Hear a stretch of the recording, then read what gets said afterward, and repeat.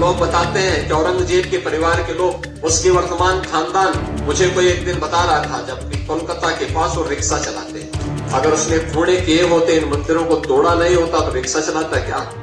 22 जनवरी 2024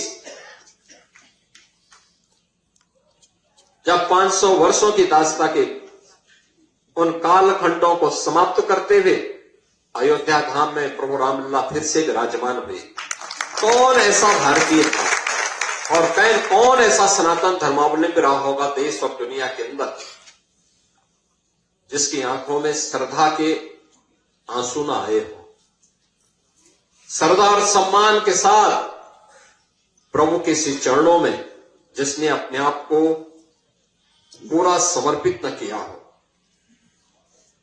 और यही तो है हमारी परंपरा, यही परंपरा है जिस पर हर भारतवासी गौरव की अनुभूति करता है। और इसी के बारे में तो हमारे पावन प्रबंध काव्य और पावन ग्रंथ कहते हैं कि दुर्लभम भारतीय जन्म मानुषम तत्र दुर्लभ, यानी भारत की धरती में जन्म लेना दुर्लभ है और उसमें भी मनुष्य के रूप में जन्म लेना तो और भी दुर्लभ है। और यह दुर्लभ तब क्षण हम सबको प्राप्त हो रहा है और वह भी हम अपनी आंखों से देखें। काशी में काशी विश्वनाथ धाम, अयोध्या में अयोध्या धाम फिर से त्रेता युग की स्मृतियों को हम सबके सामने जीवंत कर रहा है। आज अयोध्या में क्या नहीं है, रामलला का आगमन हो गया है। रामलला के आगमन के पूर्व अयोध्या के वैभव को, अयोध्या को वापस कराने के लिए कार्य करना पड़ा था। डबल इंजन की सरकार ने उस कार्य को संतों के मार्गदर्शन में आगे बढ़ाया, आज वो पूर्ण हो चुका है। ये लगातार निरंतरता प्राप्त करता रहे। याद रखना, विरासत को विस्मृत करके हम भौतिक विकास को स्थायी नहीं बनाए रख सकते। विरासत और विकास के बीच में एक बेहतर समन्वय होना चाहिए। यज्ञ उसी की प्रेरणा देता है, यानी यज्ञों के पीछे का भाव ही यही है कि उसका एक पक्ष है सांसारिक उत्कर्ष का और दूसरा पक्ष है जीवन में सफलता के लिए मुक्ति प्राप्त हो। सांसारिक उत्कर्ष विरासत को बनाए रख करके भारत की परंपरा अपने इष्ट देवों से, भारत के उन पावन धर्मस्थलों से, मान बिंदुओं से जो हमारे आदर्श हैं, हमारी प्रेरणा है, उनसे प्रेरित होकर के निरंतरता प्राप्त कर सके। और उन मूल्यों और आदर्शों को ध्यान में रख करके जब हम आगे बढ़ेंगे तभी भारत बना रहेगा। और ये हमारा सौभाग्य है कि आज प्रधानमंत्री मोदी जी के नेतृत्व में पूरा देश अपनी विरासत का अछोड़े बनाए रखते हुए विकास की एक नई बुलंदियों को छूता हुआ दिखाई दे रहा है। फिर से नया भारत एक विकसित भारत के रूप में आगे बढ़ रहा है। इस विकसित भारत के लिए हम सबको आगे मिलकर के काम करना होगा। और मैं बार बार इस बात को कहता हूं कि अगर विश्व मानवता को बचाना है तो उसका एक ही मार्ग है, वह है सनातन धर्म का सम्मान करो। सनातन धर्म सुरक्षित है तो दुनिया में सब कोई सुरक्षित है। याद रखना, कोई मत और मजहब दुनिया के अंदर ऐसा नहीं है जिसने कहा हो कि सबके कल्याण की बात की। हमने तो हजारों वर्ष पहले हमारे ऋषियों ने हमें एक ही प्रेरणा दी, अयम निज परोवेति का संदेश दिया है। अयम निज परोवेति गणना लघु चेतसाम उदार चरिता नाम वसुधैव कुटुंबकम। याद करिए, ये मेरा है, ये तेरा है, ये तो संकुचित बुद्धि के लोग करते हैं। उदार और उदार चरित्र के लोगों के लिए क्या कहा गया है कि पूरी दुनिया तो उसके लिए एक परिवार है।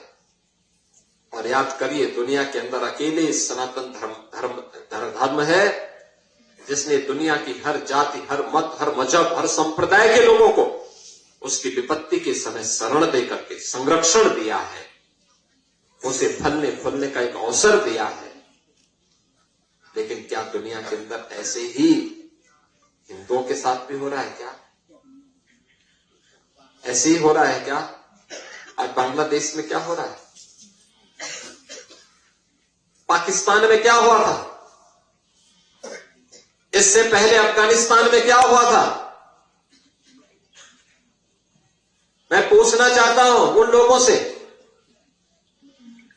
कौन वे लोग थे जिन्होंने देश के अंदर सनातन धर्म से जुड़े हुए उन मान बिंदुओं को नष्ट करने का काम किया था? और क्यों किया था? उसके पीछे की नियत क्या थी? उसके पीछे की नियति अपने बर्बर कृत्यों को अंजाम देकर के पूरी धरती को नरक बनाने की साजिश का हिस्सा था, जिसके तहत कभी काशी में काशी विश्वनाथ मंदिर, कभी अयोध्या में श्री राम जन्मभूमि, कभी मथुरा में श्री कृष्ण जन्मभूमि, कभी संबल में कल के अवतार की हरिहर भूमि, कभी भोज में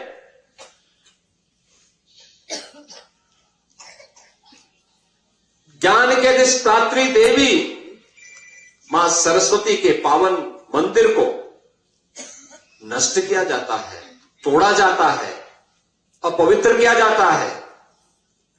इन मंदिरों को तोड़ने से कभी सोमनाथ का मंदिर अपवित्र किया जाता है।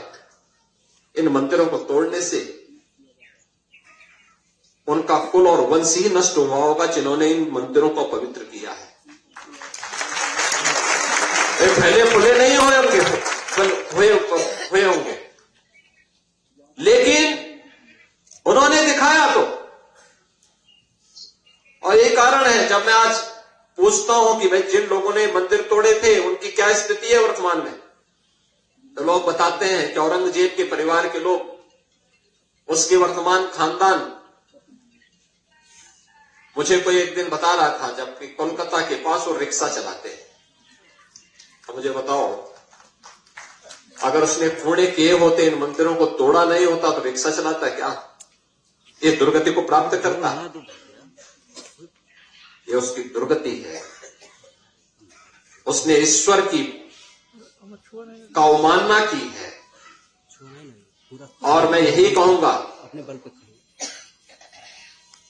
कि दुनिया के अंदर अगर विश्व शांति की स्थापना करनी है तो यह सनातन धर्म ही उसको कर सकता है, केवल सनातन धर्म। और भारत के अंदर सनातन धर्म ही भारत का राष्ट्रीय धर्म है। भारत तब तक भारत है जब तक भारत के अंदर सनातन धर्म सुरक्षित है। और इसकी रक्षा के लिए, इसके संरक्षण के लिए हम सबको मिलकर के कार्य करना होगा। हर एक, यह शाश्वत धर्म है, सृष्टि के साथ चला हुआ धर्म है। हो सकता है किसी कालखंड में कुछ विसंगति आई हो, लेकिन विसंगति का परिमार्जन भी हमारे ऋषि मुनि संतों के माध्यम से समय समय पर महापुरुषों के द्वारा दिखाए गए मार्ग का अनुसरण करते हुए हम करेंगे। लेकिन कहीं भी हम इस विकृति के कारण, उस विसंगति के कारण आपसी उन फूट का, आपसी बंटवारे का, आपसी विभाजन के उन गलतियों का खामियाजा पूरे देश और पूरे धर्म को नहीं भुगतने देंगे। इस संकल्प के साथ हमें आगे बढ़ना पड़ेगा। जिन कारणों से देश को गुलाम होना पड़ा था, जिन कारणों से इस देश को गुलामी की बेड़ियों को जूझने के लिए, झेलने के लिए मजबूर होना पड़ा था। हमारे पवित्र धर्मस्थलों को अपमानित होना पड़ा था। वे फिर से न हो, ऐसी स्थिति पैदा हो, इसके लिए अभी से हर एक भारतवासी को तैयार होना होगा। और जब हम लोग दिलो दिमाग से इसके बारे में सोचेंगे, तभी भारत भी सुरक्षित रहेगा, सनातन धर्म भी सुरक्षित रहेगा, आने वाली पीढ़ियां भी सुरक्षित रहेंगी।